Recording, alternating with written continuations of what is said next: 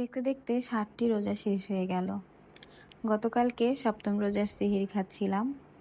গতকালকে মেনু ছিল একদম সিম্পল। প্রথমেই ছিল উচ্ছে ভাজি।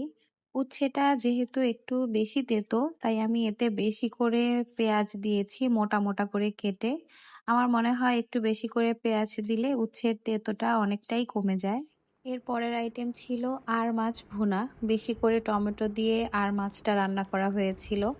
আর মাছটা বেশ বড় ছিল সাইজে, তাই আমি ছোট ছোট করে টুকরো করে তারপরে রান্না করেছি।